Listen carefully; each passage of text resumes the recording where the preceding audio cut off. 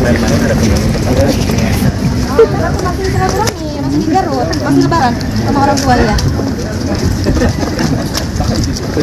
Tapi udah sekarang perjalanannya akan ini Kenapa? Sudah siap tapi ini dalam pemeriksaan. Insyaallah. Jadi gini. Tuh, persiapan apa banget? Dia di sini aja dulu, di sini Kak. Di sini aja. Jalan sini. Iya, di sini aja. Sini. Ya. Di bawah aja, Pak. Di bawah aja, Pak. Jalanan, Pak. Iya. Bang, di mana nih? Di sini, Bang. Di sini, Bang. Bang, tuh, Bang. Iya. Jadi gimana? Pertanyaan gimana? Taruh pakai mic dulu, Bang. Ya, lama-lama ya. Lama-lama mau dipanggil. Oke, siap. Jadi gimana Teh dengan status barunya ini Sebagai tersangka ya? Mungkin saya kenalkan, saya Doli Sangaji bersama dengan partner saya, khusus Marsa Besi, adalah kuasa hukum baru dari Mbak Tiara Marli. Kemudian hari ini tepat pada tanggal 14 Juni 2022 atas panggilan penyidik Polres Krimsus Depok dalam rangka dipanggil untuk memberikan keterangan tambahan terkait dengan status klien kita, yakni adalah tersangka.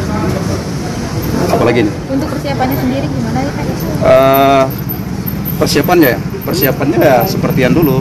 Apa yang harus disampaikan oleh beliau seperti yang dulu, kita pada komitmen bahwa perlu kita sampaikan bahwa memberikan bantuan hukum kepada TT ini adalah bagian daripada supremasi hukum, menegakkan supremasi hukum, dan kemudian kita mendampingi ini ada bagian dari akses legal of consult untuk menegakkan dua akses for law ya.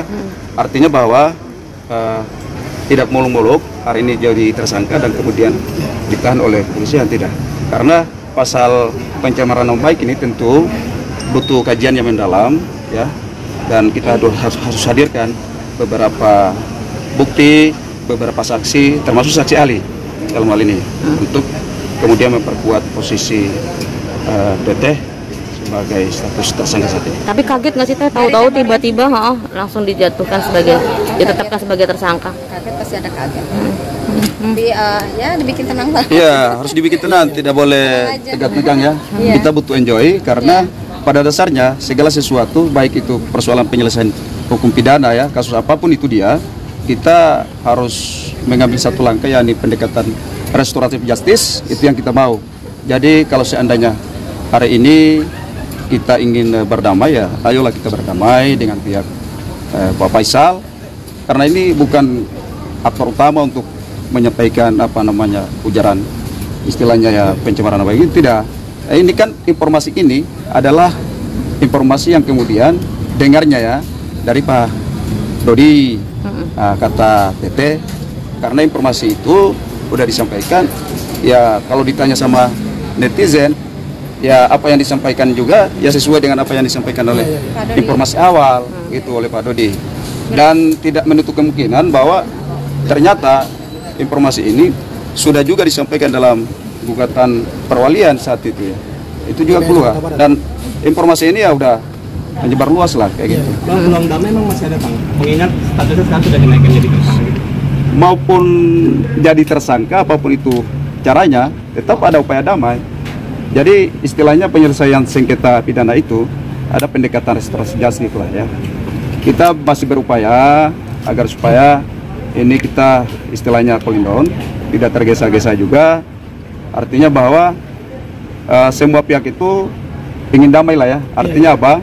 Artinya dengan kondisi perkara ini yang membuat bahwa Mbak Marlin ini ya jadi terganggu juga, rumah tangganya juga terganggu lah, ya kan? Apalagi Mbak Marlin ini adalah udah punya 5 anak, dan paling kecil itu adalah 1 tahun lebih ya, kurang lebih. Kan kasihan istilahnya, ya banyak harus diurusi masa depan anak-anaknya. Ya kita nggak mau lah kalau seandainya ini diperpanjang. Kita butuh untuk ya istilahnya perdamaian itu bisa terjadi antara Faisal dengan pihak kita lah. Berarti dari Teteh sendiri berarti udah siap damai juga ya Teh sama polisi? Ya, pertama juga kita sih sudah 3 kali sebenarnya sama kemarin juga sebenarnya kita pengen ketemu empat mata sama Bapak Haji Faisal sama Pak Sandi juga gitu, cuman ya mungkin sedikit tambahan ya memang ini kan harus diluruskan bahwa persoalan ini kan harus dari pihak Pak Haji Faisal juga sendiri harus tahu bahwa terkait persoalan ini bukan mutlak dari pihak klien kami sendiri, tapi memang sudah mendapatkan informasi dari pihak-pihak media lain, dan juga klien kami ini juga mendapat informasi itu dari bapaknya Vanessa Angel sendiri, begitu loh. Makanya setelah itu klien kami komunikasi dengan bapaknya Vanessa Angel. Setelah bapaknya Vanessa juga sudah memaafkan, dan bapaknya Vanessa juga buat surat pernyataan bahwa ia memaafkan klien kami, ya sudah clear, begitu loh. Mungkin itu saja. Tapi itu mungkin ada alasannya mengajukan damai. Mengingat kemarin kan sudah dapat surat juga. Iya, alasannya itu yang nggak tahu jadi susah dihubungi sekarang. Iya. Kita udah ini kok udah diatur jadwalnya untuk berarti akan ketemu ya, tapi kita empat mata gitu. Kemarin secara keluarga. Saya berharap bahwa semua kita berharap kalangan bisa berdoa baik-baik saja supaya untuk persoalan damai ini bisa tercapai. Atas kasus ini Papa maksudnya berkoar-koar di media sosial. Ya udah pasti. Artinya begini, setiap manusia itu tak luput dari kehilapan dan kesalahan. Jadi begitu pun dengan Teteh. Artinya proses ini tetap berjalan, kita percaya pihak penegak hukum tetap melanjutkan proses ini berjalan. Artinya tidak menutup kemungkinan bagi kedua belah pihak antara kita dengan pihak Faisal untuk kemudian kita berdamai. Saya kira seperti itu ya, sebentar ya. Ada nanti. Pak Dodi udah ini kok, udah siap jadi saksi.